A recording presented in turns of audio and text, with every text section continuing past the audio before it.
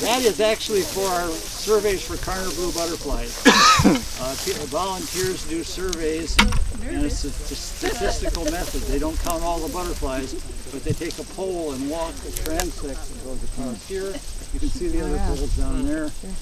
They measure, or they count the butterflies the closest to the center, and then further out, and then there's a formula. And that gets the population estimate. And how do they get those butterflies to stand still? There are a lot of good questions about the accuracy of any survey. And I think the important thing is that they do the same thing every year, and hopefully long periods of time with the same people, you get comparable results. Whether they're accurate population estimates, I don't know. My brother-in-law is a scientist, and he said, well, I said, we have 10,000 butterflies on this prairie. It was 8,000. This is only one prairie of ones. And anyway, he said, well, let's figure out how many butterflies per square yard. It turned out it was about a butterfly per square yard, which didn't seem as unreasonable when I looked at it that way. Right, yeah. All right, so you can, if you look in the extreme distance, there's a green field way back there. Now that's my neighbor's farm. Coming forward, there's the road that you parked on, and then on this side of it, it's all prairie, extending over here. Every place you see a tree line is where the prairie ends. These pine trees over here, and it drops back to the forested edge. I'm not talking about the line that's closer here. We're trying to get everything except burls out of there. So this is the largest expanse of prairie restoration that I have.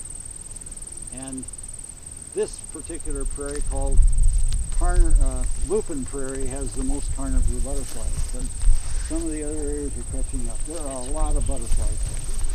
And the forb diversity is greater here. There's a particular forb called Golden Alexanders, which blossoms early in the year and is very important for the first flight of Karner Blue Butterflies. Karner Blue Butterflies have two flights, one generally in late May and early June, and one in late July and maybe a little bit in August. So there are two broods. These butterflies don't migrate. Right now, there are Karner Blue Butterfly eggs in the duff, near lupin plants, maybe some on lupin plants. The second flight is laid eggs. Those eggs will stay over the winter and hatch in April and start feeding on wild lupin. And then they pupate and turn into adult butterflies. That's the first flight in early June. Those butterflies mate and lay eggs. Those eggs hatch into the butterflies for the second flight. They lay eggs which stay all winter.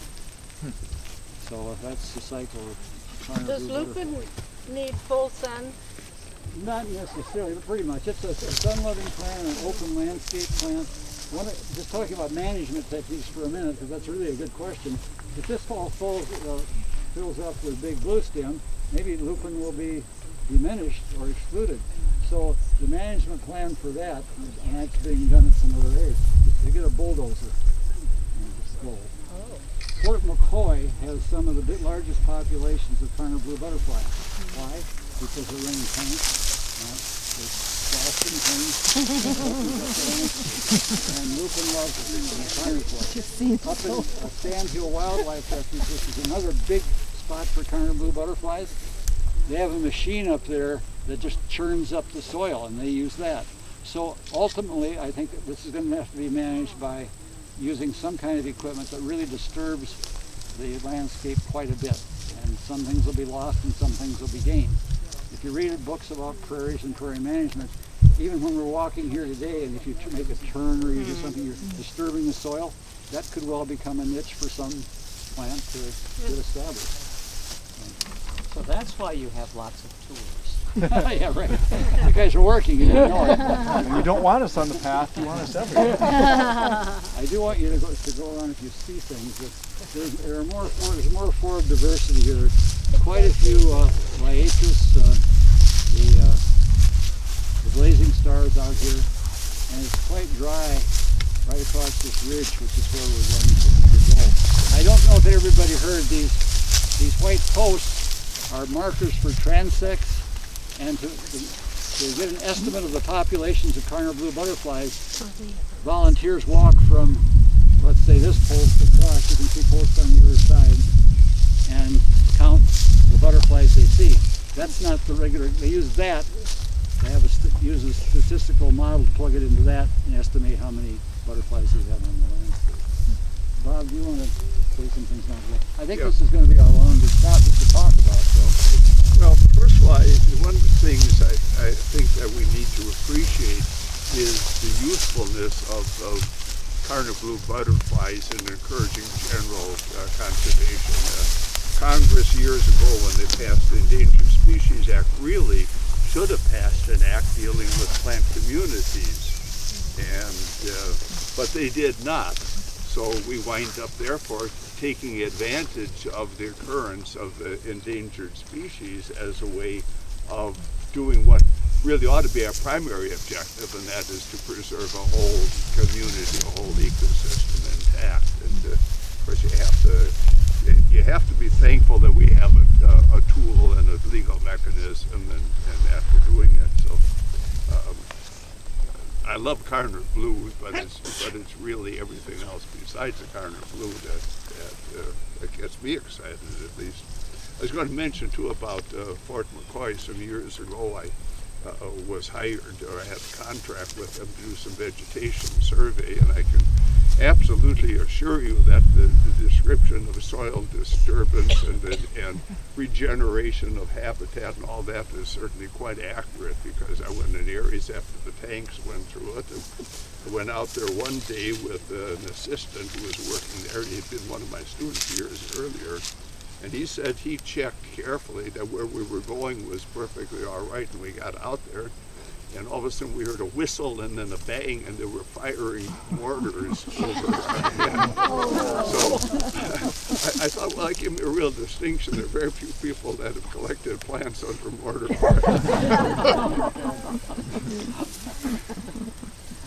That's dedication. Well, I mean, what the heck? I mean, if you're going to be hit by it, you might as well go while doing something. Bob? Yeah. This is a touchy-feely question, but, you know, we have the Karner Blue Butterfly, and that means many things to many people. Yeah. If we did have laws about plant communities, what would be one or two of the plants that you would identify as the Karner Blues of the plant world? Well, again, you know, really to do it right, you need some good criteria of a whole plant community. And just because you get one thing there, in the case of plants too, you know, it might have been gotten there because there's an unusual little microhabitat and doesn't characterize the whole area.